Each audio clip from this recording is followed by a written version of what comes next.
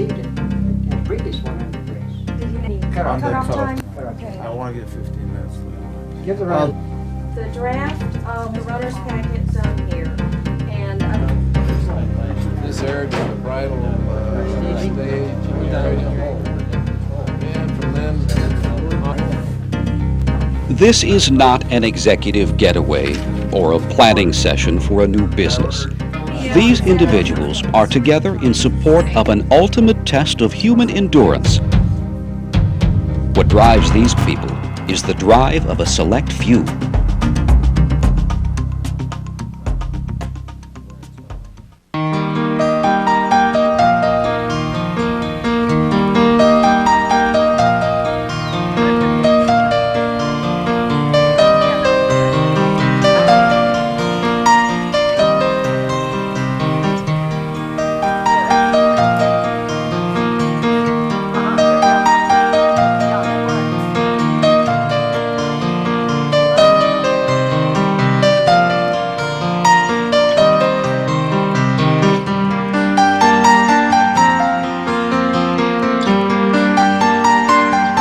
I think it's just a lot of fun meeting people, and I tend not to try to run in the lead or anything, just try to pair up with somebody and get through the course in one piece and have a good time. That's what it's all about. Well, when I finished 2 years ago, somebody said, "Are you coming back again?" And I said, "Never. Not in this lifetime will I ever do another trail race." I was so upset. So here I am. It's just like everything else. You forget how horrible it was, and you come back and you try it again. It's hard to explain. It just gets in your blood, and you just keep coming back for more. I know lots of times during the run you start questioning yourself, why am I doing this? And quite often you say never again, but as soon as you get finished, you forget everything. Pain is something you can't remember. At first it sounds impossibly hard, and then just then you have 90-some degrees and make it seem harder. There's always going to be something. After a while, I think you might lose your awe of the marathon. So it's going to take a long time before you would not be in awe of doing one of these. You'd have to be awfully cocky, and if you're that cocky, you're going to get knocked down real fast.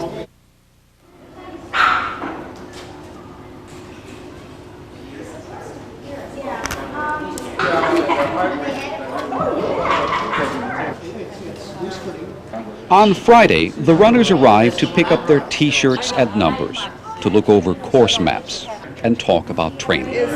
It could be any race in the country, and any distance. But this is the Mohican 100, a 100-mile trail race through the Mohican State Park and Mohican Memorial State Forest in Ohio, over some of the hilliest terrain in any ultra-distance race, and with what promises to be one of the hottest and most humid weekends of the 1994 Ohio summer. And there's about 12 100-mile ultra runs in the United States. And we are one of the babies, if not the baby, of the bunch. What happened is a very fine ultra runner in the club, Bob Bloom, was in Vermont running the Vermont 100. And he had heard also that there was a 100-mile horse race someplace in Ohio. And he decided when he got back to get together with the horse people and find out where they were running and try to run the race with them. And that's exactly what happened in 1990. And he was the first director. And that is how it started. It turns out Mohican is a delightful area, so we've kept it down there. And the course was somewhat changed. The horse race course was less challenging than the runners would have liked because horses are limited. And so we moved it more onto the trails. Like its big brothers and sisters, Old Dominion, Vermont, Western States, and Leadville, planning and preparations for Mohican start almost a year before the race. Today, the volunteers continue their efforts to create a support system so the runners can realize their goals, their dreams. I'm guessing probably 150 volunteers will be here this year for some period of time. Some of us for 3 or 4 days and some for 4 hours. So it's obviously, 2 to 2.5 to 1 ratio almost to runners. It takes an awful lot of people to put it on, partly because of the length of time and because there's so much to be done before and after. We started out this morning loading the trucks and picking up stuff at about 7 or 8 o'clock. And so it's just a very labor-intensive race. While the volunteers have been planning and working for a year on this race, the runners started training long before that. Years. A lifetime. Tomorrow, the 62 registered runners test their training schedules, mental preparation, and physical stamina. I don't have a lot of leg speed, and that's part of the reason why I started running longer races, because I could use my mental strength to get me through the stuff, and a lot of it was natural ability, as a lot of it just how much guts you can put into it, and how much you can really put into the race is, I guess, how you're going to do. So. Well, I like it. I'm used to trails. I like trails. Most of the 100 miles you usually do, or through the country, is through the state. Sorry, is a trail. So I like a trail. I think that it less pounding on your knees. The only thing about trail, you have to look where you step. We're going to stay together. We have to stay together. I mean, through the forest at night and so forth, we've made a commitment that that's what's going to happen. If one slows up a little bit, well, so be it. The other one's going to have to slow up too. And if one quits, the other one quits. Yeah, that's what it's going to be all the way. Pasta, the recognized pre-race carbohydrate favorite, a variety, hot and cold, consumed by runners, their families, their friends. Not enough pasta to last 100 miles, but enough to get everyone off to a good start, and enough to distract the naturally anxious runners, at least for a while. Joe Eisenberg, race director, and Leo Lightner, logistics director, give some instructions and recognize each runner. Some of the names are familiar. They've run this race before. In the field are previous winners. But for 1/3 of the runners, it's their first time at Mohican. Michael Culligan from Metairie, Louisiana. 4:30 in the morning. The runners check in one more time before heading to the starting line. Last-minute strategies to deal with the already high humidity and heat. Quick checks for hats, headbands, water bottles, adjustment of special equipment, shoe covers to keep out stones, belts to carry fluids between aid stations, mental reviews of the course, of previous races, training runs, final instructions, directions, and encouragement from crew members, families, co-racers.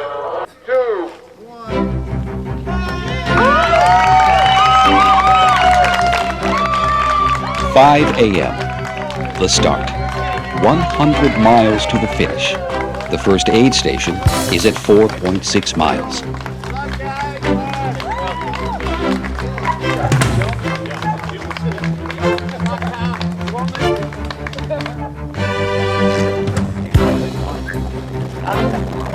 Nearly 70% of the Mohican Trail course is run on a series of looping trails.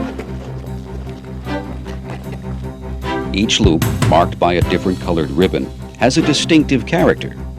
Streams, rivers, steep descents, scratching thorn bushes, down tree trunks, wild trails, undulating roads, pine forest, floodplain trails, campgrounds and fields, deer flies. Each 100-mile race has something difficult. The Mohican course has some of everything. Since I was familiar with the area, I laid out the course, and we wanted to try to get as much trail as possible. In order to do that, we used a lot of trails on Mohican Memorial State Forest. And so basically you start from the Mohican Wilderness area, you go out 10 miles and you're on the State Forest, and you're going to run 36 miles there, and then you run another 32 miles on the forest, repeat, and then you get to run about 28 miles back, or 20 miles back to the wilderness area. I think it's a tough course. Obviously, with the time, the best finish time we've had here is just right around 18, a little over 18 hours, and you know, a lot of other races have finish times in the 16-hour range, so that's obviously an indicator this is a tough course. At 5:40, Dave Drock, two-time Mohican winner from Leesburg, North Carolina, and the first pack of lead runners enter Aid Station A. including John Giesler from St. Johnsville, New York, Dennis Hoffman from La Habra, California, and Robin Fry from Columbus, Ohio. It's early, but the wise runners stop to drink. There are 11 aid stations spaced 5 to 6 miles from each other, offering the runners, because of the looping course, 21 checkpoints. The aid station people their main responsibilities are to check the runner in time-wise. That's probably the most important thing, is check in their number and their time, give it to the radio operator, which then phones it in or radios it in to the board here. And so we are tracking all the runners at all times. We always know where they are between aid stations, the cutoffs that they came through at. And they also have a cutoff time. They have to make an aid station by a certain time or they are disqualified. Because if they haven't made it by that time, they won't make the next location. 4, 5, 6 glasses of water, some food. The race isn't an hour old. It's already warm, and the sun is barely up. Okay. Thanks for being here, people. Appreciate everything. That's the crowd, that's half of it. Hey, thanks everybody. I know you guys got the best. Well, to me, where I've been, people seem to work together real well through the first third, maybe, if you stay with somebody. And then around the middle, you start to get more serious, just start to hurt a little bit, have a little foreshadowing of what's going to happen. And probably don't talk as much and joke around as much. And then you start, maybe start wishing the other people some problems. And then the last third, if you're lucky enough to be near each other, you might as well stick together, I think.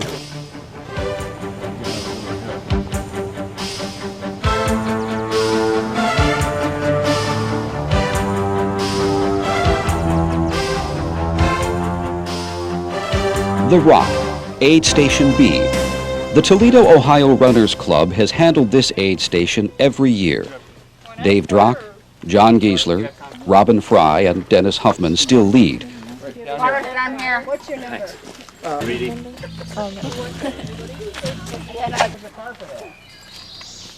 About 20 minutes later, Regis Shivers from West Lafayette, Ohio, and John Spangler from Columbus, Ohio, pass through the aid station. Just before 7 a.m., Eileen Elliott from Fort Lauderdale, Florida, is the first woman to reach the 10-mile point. But less than 3 minutes behind are Patricia Payette and Susan Van Meter, both from Sylvania, Ohio. From the Rock, the runners enter the trails into the forest for the first time. The sheer beauty of the area surrounds the runners. Well, we're pleased to host the 5th annual Mohican Trail 100 here at Mohican Memorial State Forest. It's been an event that's been very popular, and as you know, many people from all across the continent come here to explore the many hills and valleys and streams and rocks and whatnot that we have in the area. The runners seem to enjoy the trails. We try to maintain them. Our heaviest use is for bridle trail use, and we have a lot of hikers and backpackers. But this event is somewhat unusual, and we're real pleased to have it here. And it seems to be something where a lot of the runners continue to come back and enjoy it.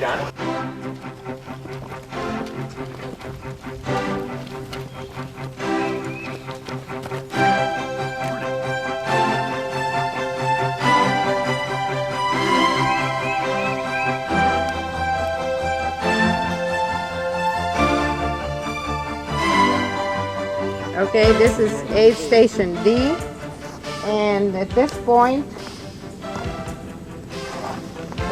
they have run 19.9 miles when they get here the first time.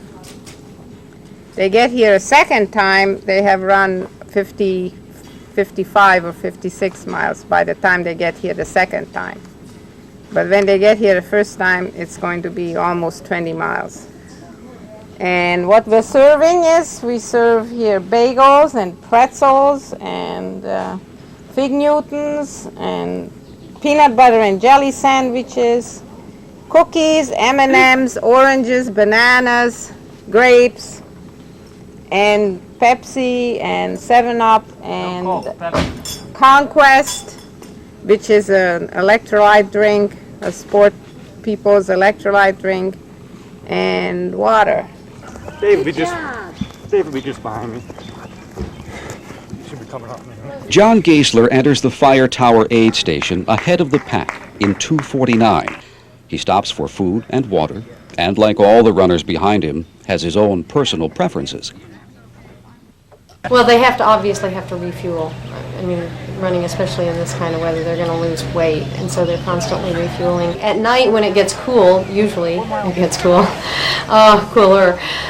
Sometimes it's been very cold at night. We have soup, a broth type soup with the noodles in it, so we usually keep soup hot for them when they come through. This year we are going to be baking potatoes. We tried it out last year. We now have our Station G at the bridal staging area, which is the only place in the forest that allows us to have a fire. So with the fire there, we put potatoes in foil and baked them, and the runners loved it. Bugs out there? Yeah. They got any bug repellent here?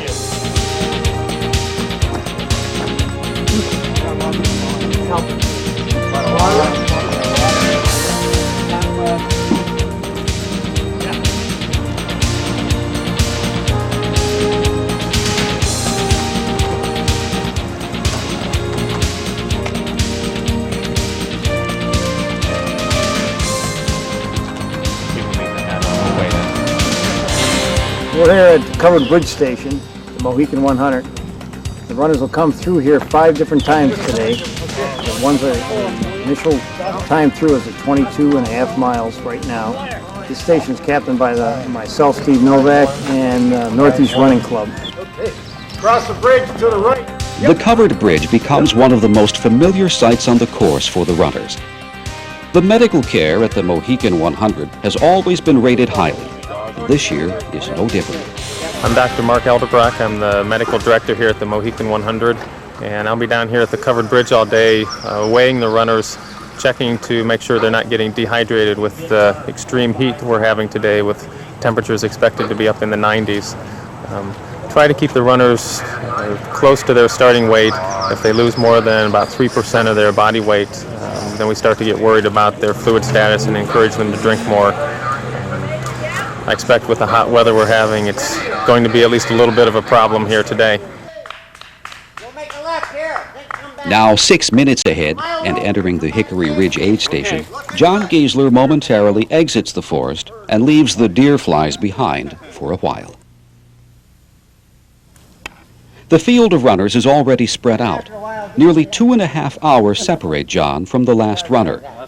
Corporate support for the race continues to grow, as evidenced by the new volunteers at Hickory Ridge. Well, right now we have about 8 or 10 volunteers from Roadway Express, and throughout the day there's probably going to be another 30 people or so that show up that have volunteered their time today to come out to really support the race, but more importantly support one of the runners, Dan Ballinger, who's from Roadway Express also. The first pass through here, they're going to be at 26 miles, so they'll have a marathon under their belt. The second pass through here is at the 62-mile mark, so you can see they got their work cut out for them yet today. Dan Bellinger from Wadsworth, Ohio, enters the aid station amid the cheers of his family and friends.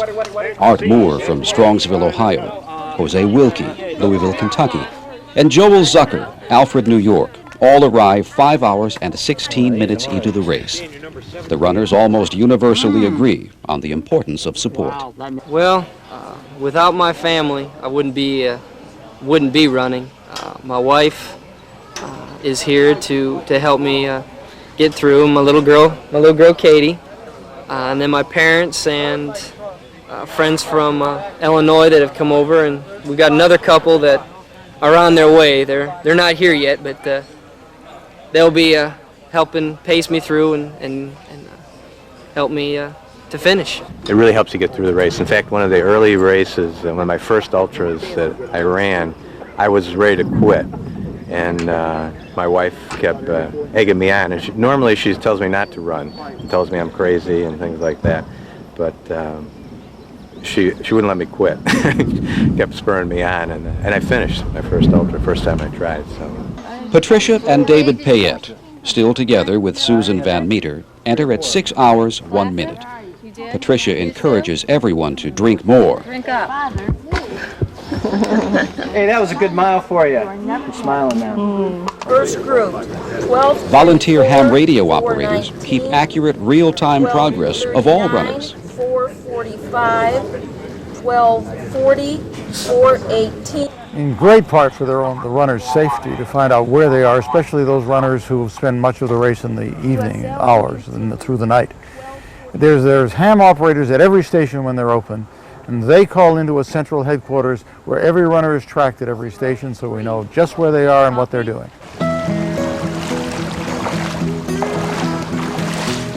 I think the high point for most of the runners isn't too far into the run. It's the river crossing at the covered bridge. It's very scenic. There's an aid station there. There are a lot of people around. You're starting to get tired. It's about 30-some miles now. You've been on the trails. It may be warm. It may be a warm day, and people actually look forward to the river crossing. One runner told me it looked like the Mississippi. It just appeared to be that wide when he went in, but it's no more than knee-deep. And on a very warm run, people will actually stop, sit down, perhaps even lie down. And a lot of people have shoes to change into at the aid station after they cross the river. They don't mind getting wet. They really enjoy it. A 100-mile trail race is as much about strategy as it is about speed. Runners take their time cooling off, changing into dry socks, dry shoes. For most, the race is only 7 hours old.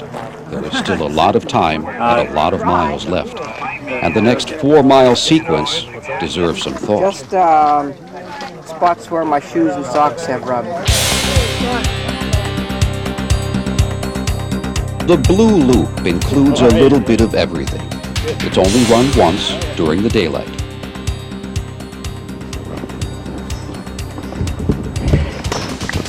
It's difficult and treacherous. In the dark, it would be impossible. Yeah, it looked like a wind coming down there. The Blue Loop ends back at the covered bridge. Now the runners do the Red Loop, which starts with a long, tough climb.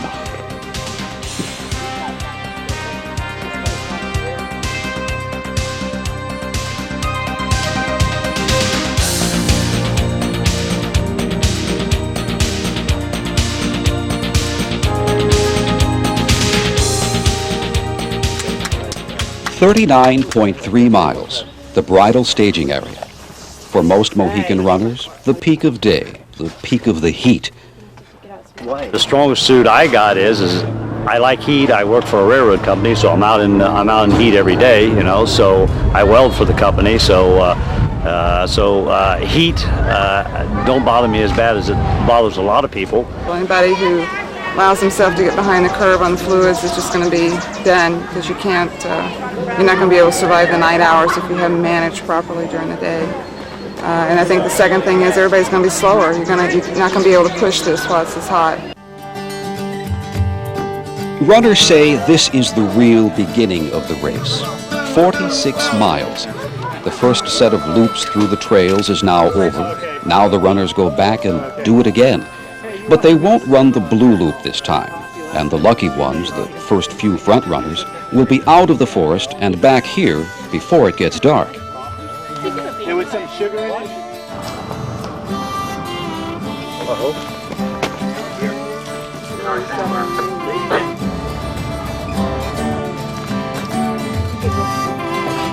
100 miles.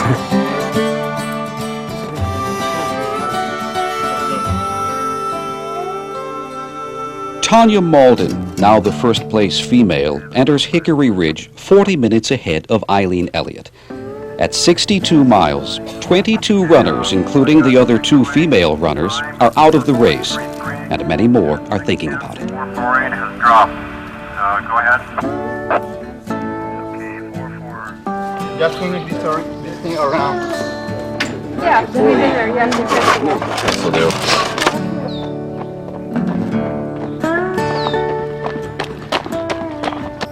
This is Giffen and Beck, aid station number H. This is the 82.5 mile mark. It's being run by the Boy Scouts of Troop 153. This is our 5th year running an aid station, 3rd at this particular one. Basically at 82.5 miles, the first runner is going to be coming in somewhere around 8:30 at night. People coming in all the way to 6:30. They have a variety of requests. Some of them just want to sit down. Other ones will have very large blisters on their feet at this point from the hot weather. The human conditions make a lot of perspiration roll down into their shoes, so they get very big, ugly blisters. And they try to treat them here and move on. So we'll have requests from anything from hot soup to just ice to put under your hat. At almost 16 hours into his race, John Giesler enters the Geffen and Beck aid station. He is an hour and 20 minutes ahead of Dennis Hoffman, now in second place. All right, I'll take it easy. Good. Good luck.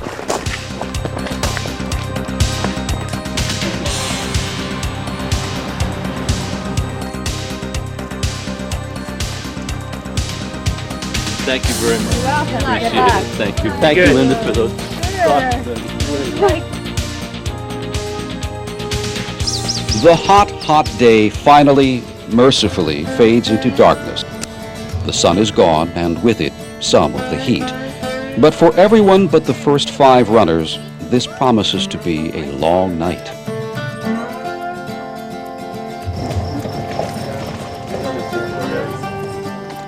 You want to... If there was any powder or moleskin around.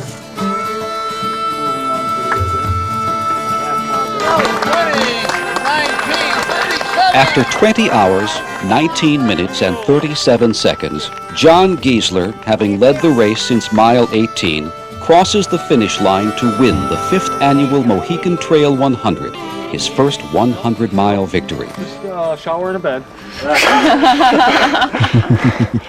40 minutes later, Dennis Hoffman finishes. Having paced each other the last 32 miles, Robin Fry and David Paragowitz finish. Art Moore is 5th in 23 hours and 24 minutes, and he climbed the fire tower twice during the race. While the leaders are finishing their race, there is still plenty of effort needed to go the last 3 miles. Lots of times you feel like, you know, this is it, but you just got to keep beating that back and saying I'm going. It's not only the distance and the time, it's beating that clock.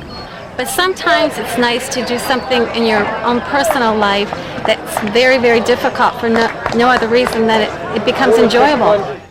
Robert Breckler from Defiance, Ohio is 6th. His wife paced him the last 30 miles. Her longest previous run was 5 miles. Craig Wilson, Joe Hayes, Jose Wilkie, and Daniel Dominy finished together 45 minutes later. Tanya Malden, in 16th place overall, is the first and only woman to finish, and her time of 27 hours, 18 minutes, and 23 seconds sets a new master's record for 100 miles on a trail. The Mohican Trail 100 is over as Norman Carlson, 60 years young from Spencer, Indiana, crosses the finish line in 29 hours, 48 minutes, and 40 seconds. The heroic end of running, the challenge of possibility, pure determination, fun, craziness. The Mohican Trail 100, any 100-mile trail race, is all of these. For the runners, though, it's something they want to do. Nobody can make them do it. For the family, friends, and volunteers, it's an opportunity to share the tremendous accomplishment or to help comfort and plan for the next attempt. Every finisher receives the Mohican Belt Buckle. Norman Carlson receives the Last of the Mohicans award. As they look around, most are already planning their next race and knowing they can beat this year's time. For the runners, it was a very hot and humid 2 days. For the volunteers, it was the culmination of a year's planning. For everyone, it was an entire spectrum of human emotion, a strong lesson in the value of teamwork. And when it ends, everyone remembers that it was fun.